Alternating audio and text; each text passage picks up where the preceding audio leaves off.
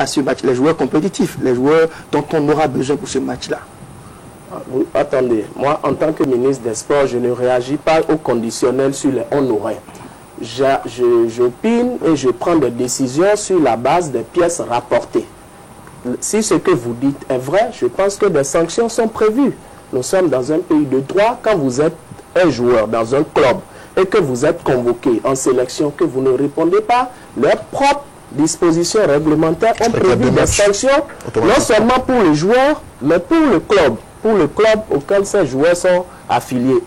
Et plus généralement, il peut encore y avoir, si on ne vous rappelle plus, tout joueur a l'ambition de porter les couleurs nationales. Je pense que c'est le must du must. Il ne me semble pas qu'on puisse convoquer un joueur en sélection et qu'il ne se présente pas à ce niveau.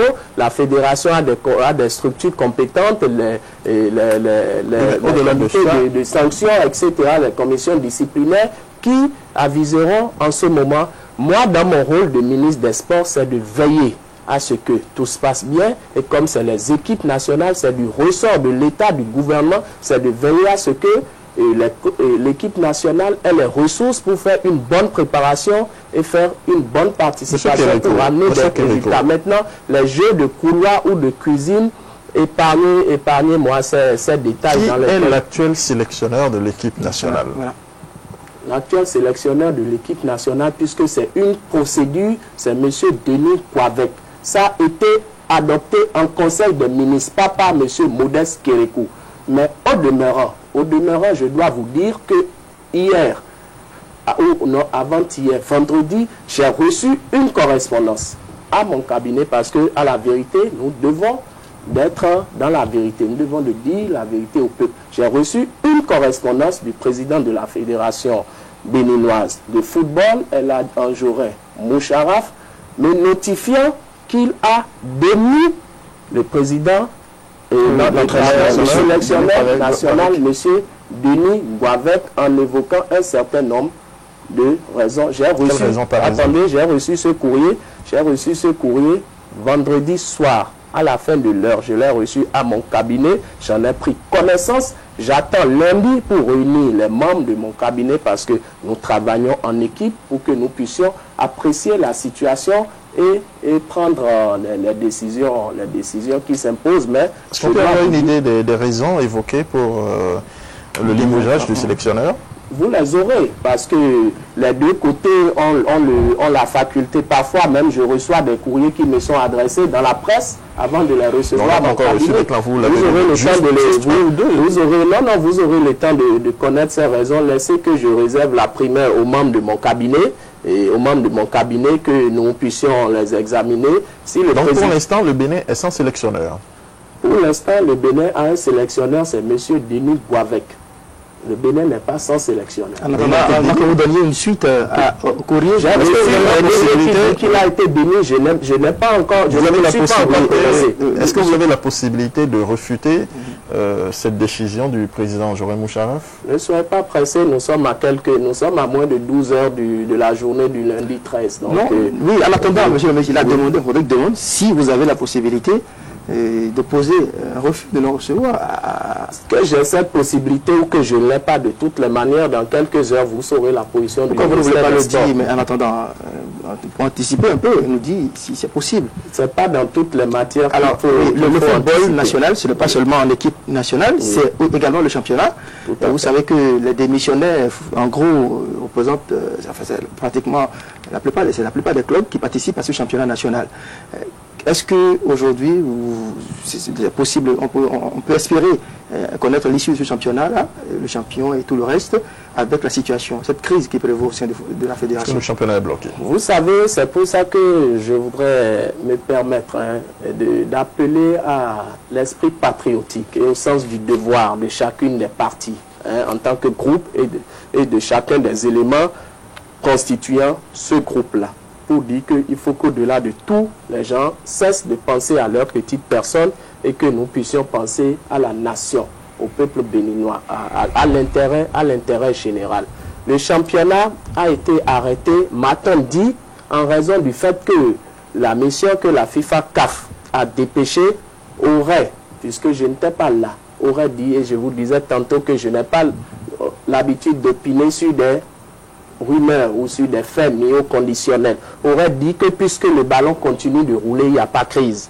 Je dis c'est un peu contradictoire parce que dans toutes les correspondances que la même FIFA CAF envoie, elle parle de crise. Et comment on peut dire que parce que le ballon continue de rouler, il n'y a pas crise? Il a plu à une certaine partie de retirer ces équipes ou bien ces clubs. Partie majoritaire. La partie qui se dit majoritaire. Maintenant, si cette même partie dit qu'elle va réengager le championnat, celle qui se dit minoritaire ou bien qui est perçue comme minoritaire a aussi des clubs. Nous entendons dire qu'à leur niveau aussi, ils n'engageront pas leur club. Mais dans cette affaire, qui perd, c'est les athlètes eux-mêmes. C'est notre pays, c'est l'image de notre pays. De toutes les manières, moi-même, je suis dans la médiation. Sans désemparer, nous continuons de parler aux deux parties afin que nous puissions trouver quand même une issue heureuse à ce malheureux. Dernier temps, dans la presse, peut-être aussi qu'on voulait rapporter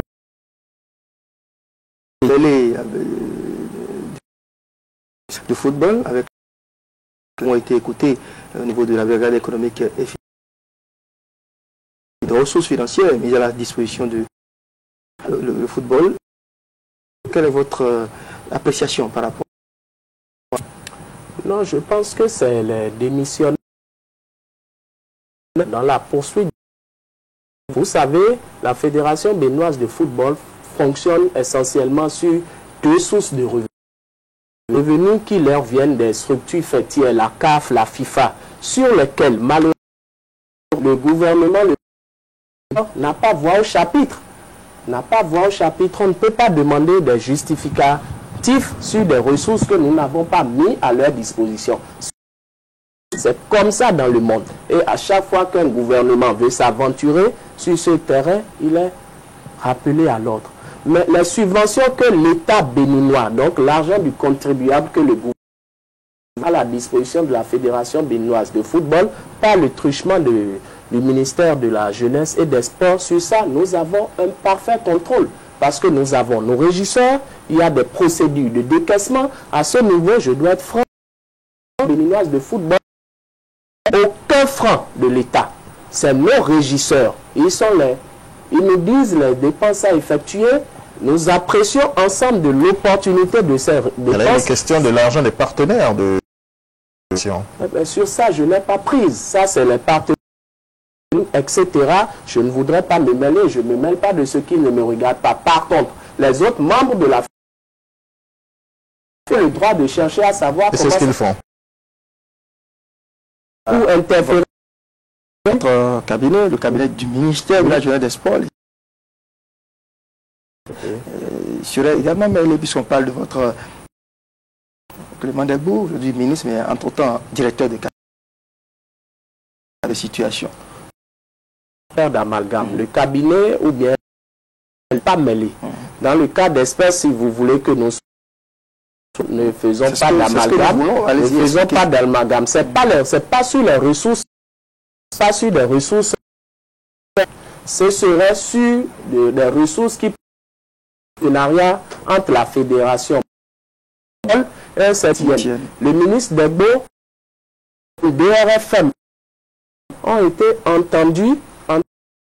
C'est juste pour qu'ils viennent les éléments d'appréciation. C'est la gestion des ressources. Le ministre Delbourg, à l'époque directeur de cabinet, ne gère pas la Fédération béninoise de football. Il y avait un contrat, disons, tripartite qui liait notamment l'annonceur MTN au ministère et la Fédération de béninoise de football. MTN, ministère, Fédération béninoise de football. Donc, en tant que signataire de ce contrat, pour le compte du ministère, il a été invité juste pour venir donner quelques éclairages. Il n'est pas question d'une quelconque manipulation c'est bien à distinguer de la gestion de ce que les ressources qui vont à la fédération. Le ministre Delbourg n'est pas à la fédération. Alors, justement, les autres fédérations sportives doivent être en train de se réjouir ou carrément de se poser certaines questions, parce qu'on sait que le football, qu'on qualifie, à tort ou à raison, de sport roi, eh bien l'État béninois met beaucoup de milliards là-dedans. On n'a jamais eu des comptes rendus, notamment sur les différentes participations du Bénin à des Coupes d'Afrique, à la Coupe du Monde Junior. Jusqu'à maintenant, on ne sait jamais comment cela s'est passé. On injecte des milliards. Les résultats ne suivent pas toujours, même si on a participé à des Coupes d'Afrique des Nations avec les performances qu'on sait. Et là, maintenant, une crise qui éclate avec tout ce qui sort, la brigade économique et financière, le football qui est bloqué, et les autres fédérations qui se plaignent toujours de dire, mais finalement, nous, on nous donne seulement des miettes, on s'occupe des autres sports, alors que chez nous, on a des résultats, on a des champions, on a tout ce qu'il faut pour mettre le Bénin sur orbite, mais on nous regarde à peine, monsieur le ministre. C'est ce que vous dites est un peu caricatural et n'est pas tout à fait exact. Ah bon, dites-nous ce qui est exact alors. Ce n'est pas tout à fait exact et je vais vous éclairer. Le gouvernement du Bénin s'occupe de la vingtaine de fédérations sportives que nous avons de la même manière, au point de vue des subventions. Mais vous avez dit le football, si le football est le sport roi, c'est dans le monde entier.